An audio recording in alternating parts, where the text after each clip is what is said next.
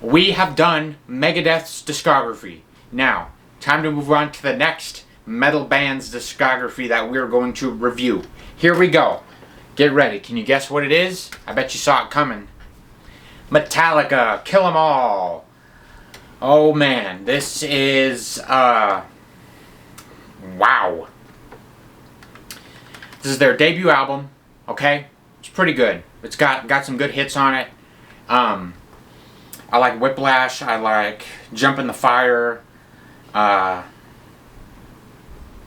You know, it's got some good ones on there. The bass solo, or Anesthesia, Pulling Teeth, that's a good song. This is a solid album, but it's not Metallica's best. Okay, this is kind of rough start. Like they're coming in, new band, you know. So I'd give it like a 7. Okay, like a 6 or a 7. You know, just above middle of the row, and like yeah. I mean, it's good, but it's like a 6. I'm gonna give it a 6. Official rating, a 6. A 6. That's what it is. That's what this is. So, Ride the Lightning. Better than the first album. A step up. A small step above. This is a 7. Okay? This album is better than the first album. It's got the production is better, and it's got really good songs on it. It's just like an upgrade from the first album. You know, and it's more advanced, it's more like thought-provoking, and it's deeper. So it is a 7. 7 out of 10. 9 out of 10. This is a huge step above. 9 out of 10. It's not a perfect album because there's like one song I don't like, and that's Master of Puppets. I don't like that song. So that keeps it from a 10. But all the other songs are incredible. This is Metallica at their peak. This, Master of Puppets, is their best album. Okay? There's nothing better, nothing that tops this. Okay? This is when they're at the top of their game. The best sounding album. Okay? This is the best Metallica album. Okay? And the best song on this album is Disposable Heroes. I don't care what anybody says, that is the best Metallica song of all time. Their best song. I don't care what anybody says. Okay? This is their peak right here. Their third album is their peak. Okay? This is a perfect album. Besides the second song, perfect. 9 out of 10. Best album. This album right here. I'm not going to give it a rating yet. I just want to talk about it. I know the bass mix on this album sucks. The bass is gone, taken away for some reason. But I recently had a listening surge of this album. I think it was like for a few days, like 4 days straight. I listened to only this album, like a few weeks ago, like in May or something. I don't even remember. Months ago. I don't even know when May was, but not too long ago, I had a surge. I listened to this album for like 4 days straight, and I realized this album is underrated.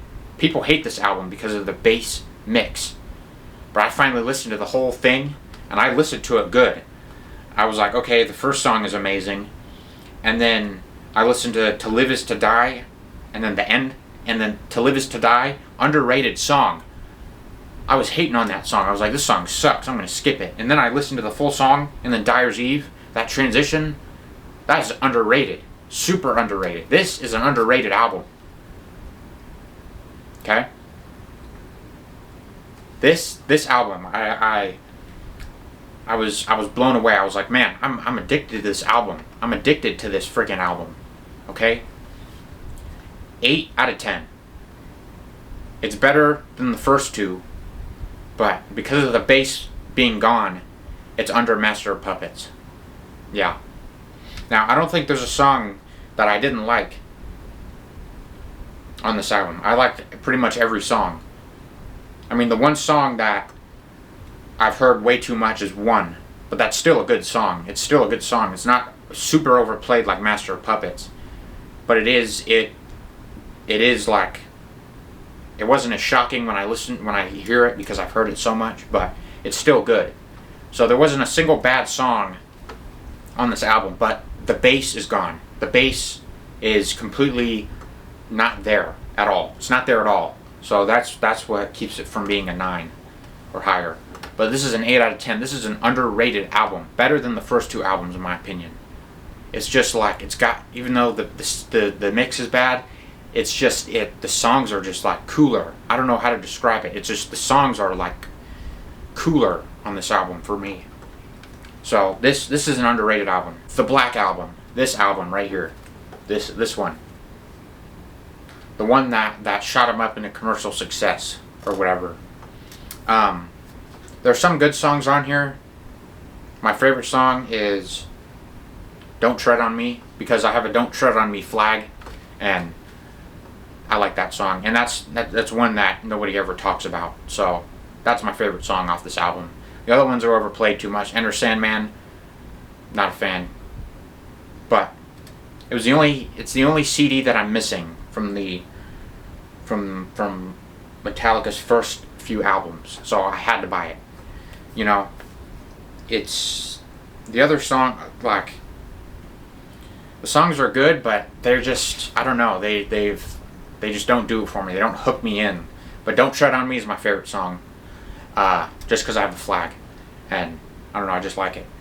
But the other songs, they just don't hook me. They don't hook me in.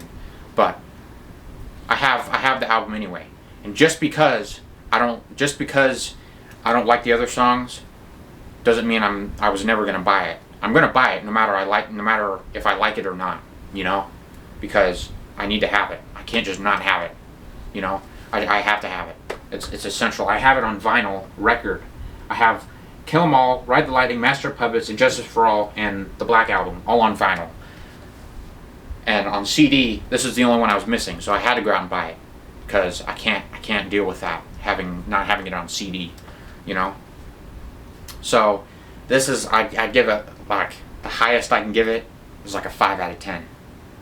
I know some people people adore this album. I don't know why, but it's not my favorite, but I had to buy it because I was missing it on CD, and I wanted to listen to it because I've never actually listened to the full thing, and I'm like, man, this doesn't really hook me in. When I listened to it, didn't really hook me in like the other ones. But Don't Tread on Me, best song on there. That's all I gotta say.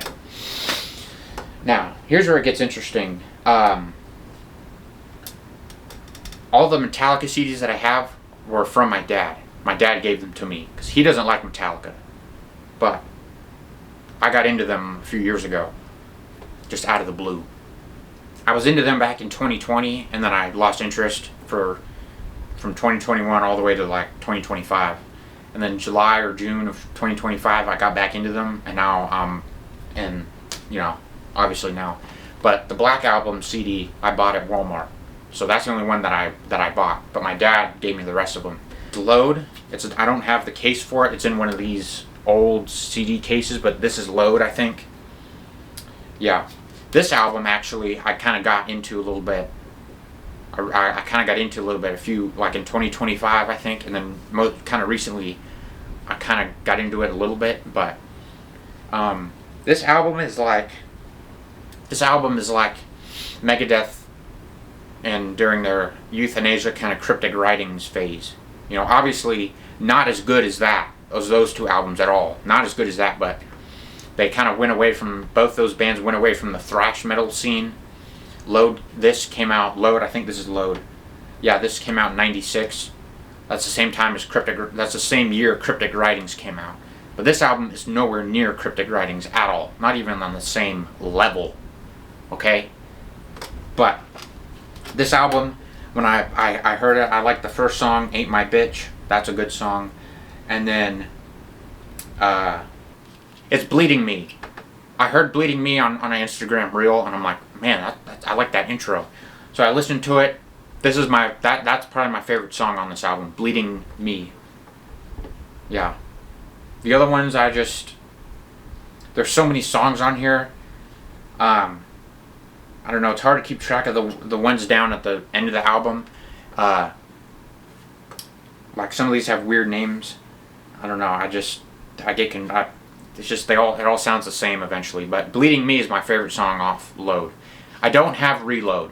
I do not have Reload. I know it's a double album, whatever, but I don't have that. I don't really care to buy it. I'm not gonna go out and buy it. I don't think I need to. I don't like that album as much. Yes, I've listened to it. I don't like it. So I'm not gonna buy it.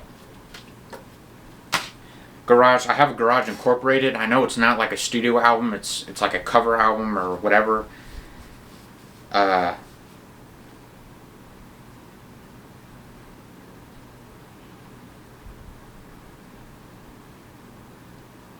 But you know, it's part of my collection, so I might as well review it.